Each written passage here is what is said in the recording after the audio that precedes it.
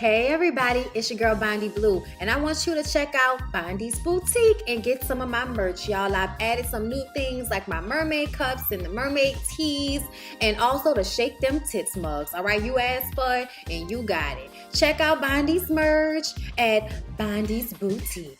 Hey everybody, what's up? It's your girl Bondy Blue, and I am back for another Real Housewives of Potomac review, you guys. All right, before I start, I want to remind everybody this is your girl birthday week, making 31. You heard me, yeah, bucked up. Happy birthday to all of the Geminis out there, all the people that share a birthday with me, okay? And I just want to remind you guys about Scentbird. I smell good, bitch. Okay, get into. So that shit on my camera. You guys can check down below in the description box to get a percentage off of Scentbird, and also my PayPal, my Patreon, and my Cash App is all down there. And you want to say happy birthday or just that you appreciate what I do here on YouTube, I thank you in advance, okay? And like I said, it's not mandatory. This is just to remind everybody, because like everybody say, okay, closed legs don't get fed.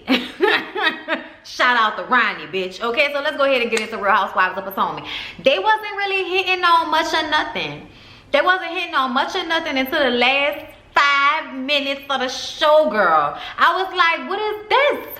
What is this? That was boring me a little bit. The first half of the show before the first commercial break, bitch, I had to rewind so many times because I was like, like just missing what was going on. So the episode starts off, we're gonna start with Ashley because I didn't get everything in there. For instance, there was a scene with Monique that absolutely nothing was going on besides her putting her babies in a nice nickel tub. That's what it looked like nickel. And it had like this really nice backsplash on a standalone tub. Bitch, let me tell you something. I gotta be real with y'all. I don't like Ashley. Even though Ashley has shit going on, y'all could take Ashley and just show me a little bit more Monique house. All right? Or her cute little babies. That little girl is gorgeous. Okay? I can't. Anyway, you know, I'm just saying that to get that out the way because Monique ain't have nothing going on. But aesthetically, Monique, her family, and her home are pleasing. And they actually fit the criteria for Real Housewives of Potomac. Okay? Them motherfuckers live in Potomac Village, ho. All right? For everybody else that's living on the outskirts. Okay, but you know what, no shade, Miss Karen, because you know I love you. You my favorite girl. All right, so yeah, Ashley is at her house with her mom.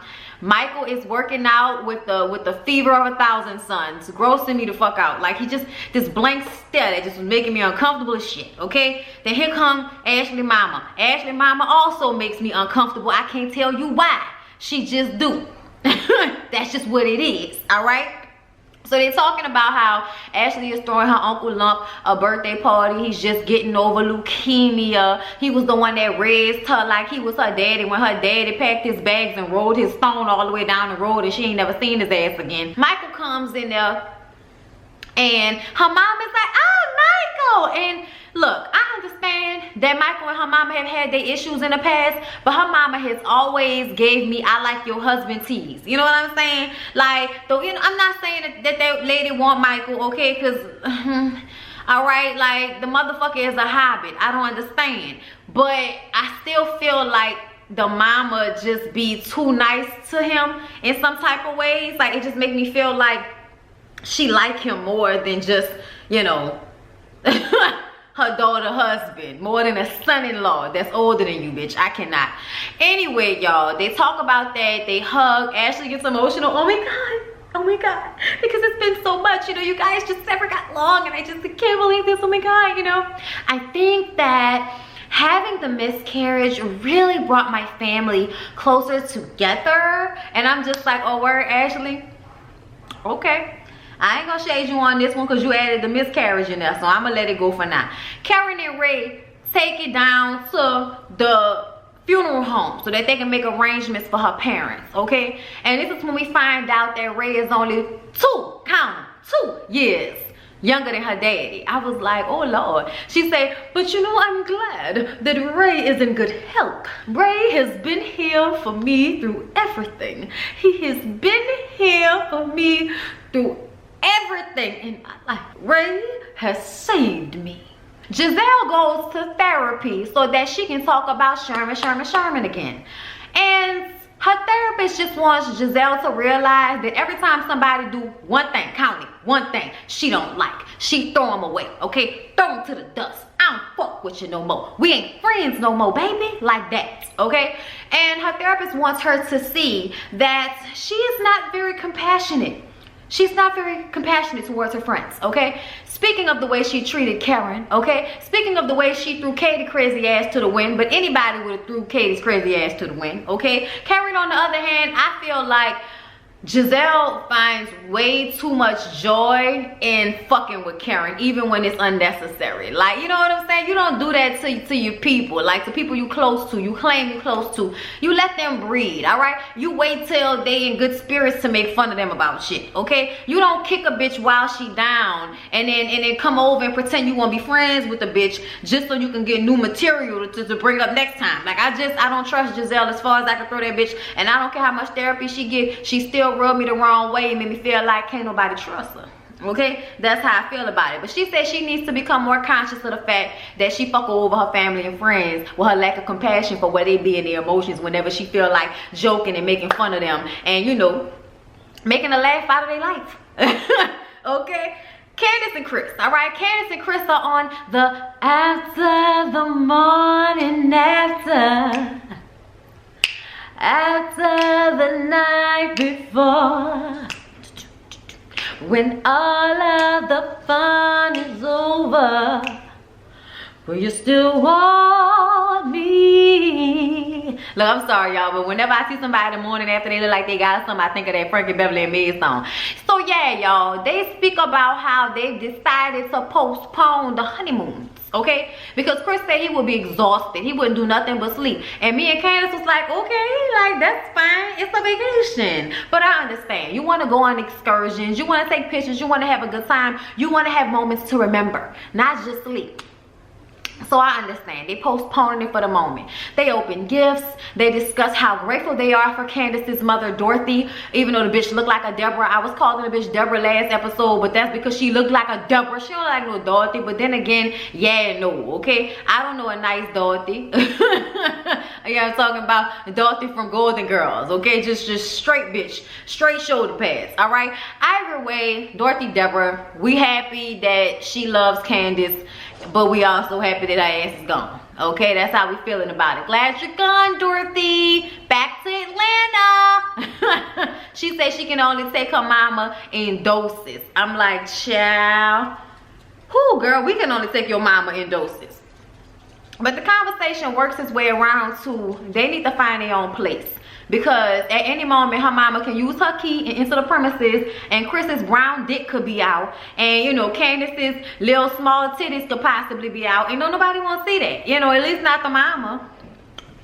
So I can't wait for them to move out their mama place, her mama place, the place she got with her mama, bitch, whatever. I can't wait for her to get somewhere that it is just hers and her husband's, and there is no longer the weight over her head of this my mama shit. I'm tired of it for you, Candace. I'm tired of it for you, okay? Now, since Giselle has decided to make amends with everybody, she's meeting up with Katie. Yes, crazy ass Katie. Now, I don't know who Katie with right now, but I can remember recently a picture of Katie supposedly having a miscarriage on the bathroom floor. The picture being all over the internet. Now, I don't know if she's still with this guy, but when she finally shows up with a scarf over her head talking about it's dramatic, do I look Indian? That's what I was giving, okay? I'm like, girl, if you don't sit your crazy ass down somewhere with this shit, okay, ain't nothing wrong with your fucking hair. Put that shit in a ponytail. Why is you coming in here being strange already? Okay, like I can't with people that's extra for no fucking reason. But they sit down, okay? And then we gotta go through all of the highs and lows of Katie and Giselle's relationship, okay? They like to kiki and be mean girls together, but sometimes Katie can do too much, pissing on couches, you know, basically fucking people right in front of us in a club because she high off something. Talking about she had too much to drink. Girl, if you don't get out my face with that, you obviously be rolling, Katie. You ain't got nobody fooled with that shit, okay? A whole bunch of things Katie done, but Katie wasn't a part of the show last season or the season before last. She was only on season 1, I believe. Season 1 and 2. Child, I can't remember. It's been so long. But I think it was only season 1. That's what I believe it was. But if it was enough for us to realize how batshit crazy she is. Either way, she keeps us up to date on what's going on with her, all right? Living with a 27-year-old man who ain't got no money to pay her bills. She said he works, but he doesn't give me money for my bills. Okay, that's her mom's job. Y'all, I'm over her already. And for some reason, Giselle thinks the girls are gonna be happy to see Katie. I'm low-key happy about it because I know it's gonna bring drama. It's gonna make the season more entertaining. So yeah, all right, I got it. But it depends, because sometimes bitches can take it too far. And then you be like, take it back, return to sender. We don't want it. Go to bed, close your eyes. Okay, take some deep, long breaths, bitch. Maybe when you open your eyes back up, you won't see the hole no more. Lord, I can't. Moving on. Robin and Juan. They're going to see this property that she was supposed to be flipping with her mama's money, okay? And she's under a lot of pressure, okay? And I'm like, obviously you under a lot of pressure. You was talking about this shit was gonna be done in 3-4 months. We on month 9, and you need $10,000 more dollars. And Juan is walking around like, what is this? And what is that? And why is it like this? And how much progress have y'all really had? Because this don't look much different from the last time, and this and this and this and that. And it's just obvious that Robin seemed like she don't know what the fuck she doing. But we gonna play with the money anyway. Like we ain't learned from the first time. And she said she's under a lot of pressure from that. But there are a lot of people that fuck up a lot of money and continue to fuck up a lot of money. So I don't have much faith in Robin. I think somebody gonna come in at the end of the day and save her ass. But she got, you know, a Juan Julio or somebody up in there fixing the place up. And I'm just looking at it like, I hope your mama okay with saying bye to that money. Then she tells Juan that she could possibly bring in $50,000, but they spent $60,000. So we're not even breaking even. I'm just like, child, y'all gonna learn to stop giving Robin y'all money to lose. Y'all gonna learn one day, mother. Okay, Jesus Christ. So Ashley and Candace have drinks, okay? They discussed the wedding and the seating arrangements and how awkward it was with Karen and Monique sitting across from Ashley. And Candace thought, bitch, I thought it would be best for y'all to be sitting across from each other instead of sitting next to each other. And I'm like, girl, no. Across is eye contact, all right? I can act like I don't see you if you sitting next to me. But if you sitting across from me, bitch, there ain't no way around that, all right? But here's the thing. Y'all the real Housewives of Potomac people. Y'all sitting at the same table. Deal with it, okay? Y'all dealt with it. Y'all gonna be all right. Ashley is discussing all the changes she's been making for her baby, and we all were kind of wondering about this drinking shit, especially since last season you was trying to make it look like Monique was an alcoholic, but then you think 2 weeks without alcohol is like a stretch. She thought that was a long time. She'd accomplished something. Don't get me wrong, when you do something every day, 2 weeks is a long time. But then that begs to question, bitch, do you have a drinking problem, Ashley? Because it seems that way. We know you're gonna get pregnant and be healthy and all of that, just like Monique did. But you know what? We're gonna stress you the fuck out like you stressed her the fuck out. Okay? It's time to flip of the coin, bitch. It's your turn for this. It's your turn. Okay? Now, Candace is sitting up there like, are we trying to get a baby or are we drinking Corona? What's happening? Because she talking about she ain't drinking, but she's sitting up here drinking a beer in front of my face. And I just kind of feel like, at the end of the day, bitch ain't pregnant yet. And they got people that's on crack and heroin having babies in toilet seats, high off dope in the Burger King bathroom, bitch, okay? So I feel like, I don't know why everybody is like, oh, let me not drink and all of that. Like, that makes that much of a difference in your body when you've seen so many people drinking, smoking tobacco, and doing hard drugs, and they still get pregnant and conceive, you know, and have babies and, you know, push the bitch out, however, whatever. Y'all know what I'm saying. Life still comes from people drinking and doing drugs. So I don't know why we, you know, like, oh my God, why is she drinking? The bitch ain't pregnant yet. So personally, I feel like Candace, calm down. But then I feel like, Ashley, you did this shit to Monique, so, you know, it's your turn, like I said. So Giselle is going over to Karen's house, and Karen is lighting sage in preparation for the demon, okay? She wants to make sure that any bad energy this bitch bring with her, she leaves it at the doorstep. And I'm like, girl, that's impossible. Giselle say that Karen need to sage them wigs and don't be saging her. And I'm like, bitch, we need to sage you, the wigs, the shoes you got on, your outfit, bitch, everything. We need to sage everything. Karen says she's taking a risk letting Giselle come in her home. That's right. Sit your ass down, Giselle. Sit your ass down. Like, oh, sit your ass down. Giselle say, oh, we cursing. Yes, We're cursing, okay? Now sit your ass down. Now, I don't know, and I still don't know how I feel about you, Giselle. And I'm like, child, don't none of us know how we feel about the bitch. Okay, sometimes, I ain't gonna lie, sometimes Giselle has moments where I kiki and I like her, and she's such a beautiful woman, and she is proud to be, you know, a Louisiana black girl and all of that, even with the light-skinnedness of it all. I appreciate that about her, but Lord knows that bitch work on my nerves, girl. You're dark on the inside, you're a demon. Y'all not dark skin. Please don't nobody come out the box with that. I'm like dark like the devil, dark like evil, not dark like skin tone. Let's not do that, okay? Giselle admits that she needs to work on her compassion, okay? Because Karen was like, I have a therapist. I have a great therapist. And she was like, I do too, girl, okay? And he told me I need to work on my compassion. And Karen said, girl, I could have told you you needed to work on that. I could have told you. Karen says to Giselle, so, do you think your issues are because of Sherman?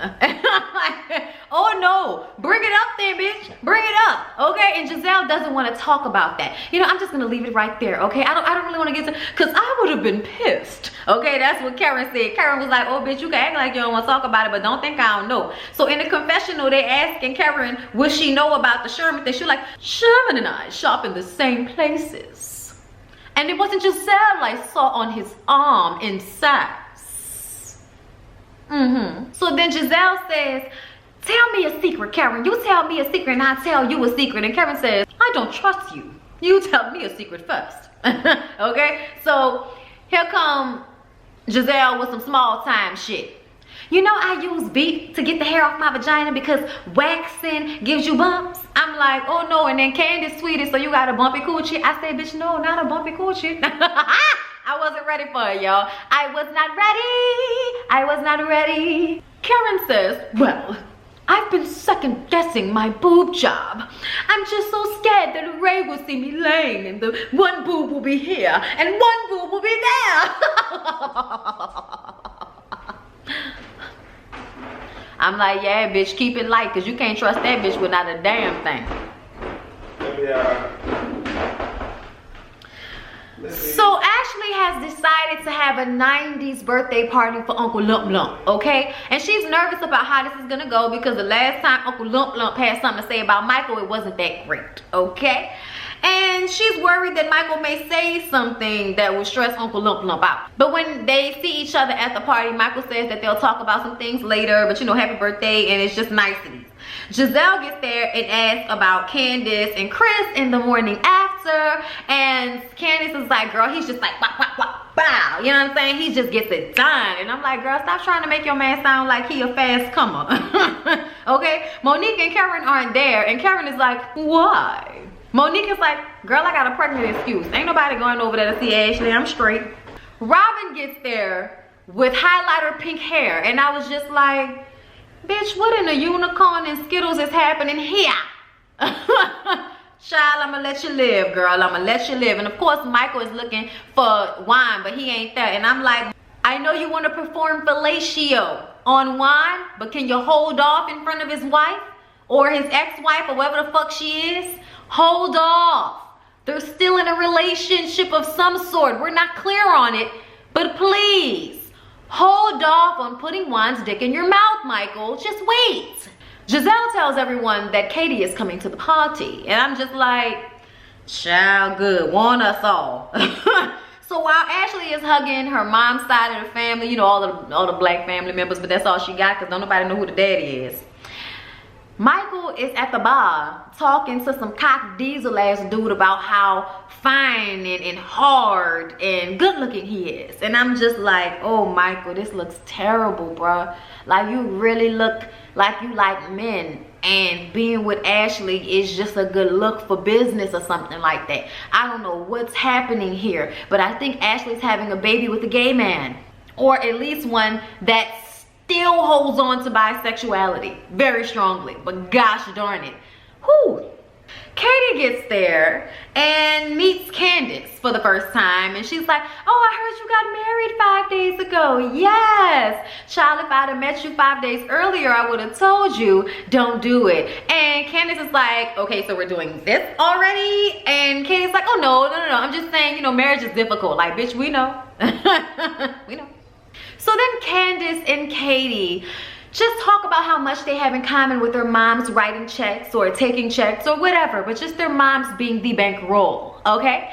And this is when Candace is like, oh, you lucky bitch, because Katie doesn't have any siblings. And so this is when Giselle is like, so wait a minute, are you saying that she's lucky because she doesn't have any siblings to share money with? She was like, in attention and anything else, bitch. Giselle is like, oh Lord, Candace need to get a job. I say, yeah, she do need to get a job, but ain't nobody tell you that you needed to get a job when you was taking all of Jamal Bryant's checks to the bank. So leave this little girl alone about taking money from her mama, because I'm sure if your family came from money, you would be doing the same fucking thing. I don't understand why we make black people feel bad about taking money from their parents when white people do this shit all the time. They give them jobs, everything they get in their life is because of who the fuck their parents was or what their parents do for them. And when black people do it, y'all won't sit up here and keep telling somebody what the shit they need to do. Go ahead somewhere. Let that girl get this money for as long as she can. We already went through it. She know what she need to do.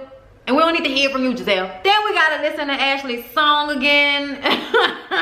Okay, Lord have mercy if that wasn't enough. I said, motherfucker, we end the episode on this shit, okay? And then dun dun dun. Robin says they partied until 2 a.m. They had a good time, okay? They tore it down. And she don't even remember what happened. She just got all these videos in her phone of, you know, everybody having a good time at the party. And she remembers hearing Michael say, yeah, I'll suck his dick. Something along those lines. She says, I don't even want to talk about it. I said, bitch, you just told us. What else is there to talk about? You just told us what you heard. And then we see Michael going to the producers asking about his microphone, and they were like, no, we didn't hear anything. He was like, oh, good, because I could have said something. You know, I might have said something that I might regret. So this Michael being gay thing is gonna be a storyline this season, ain't it? Oh Lord, I am not prepared.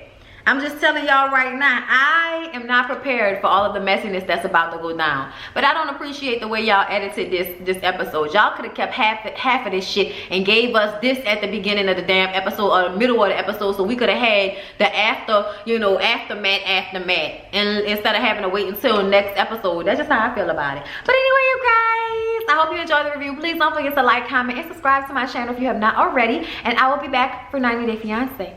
Love ya.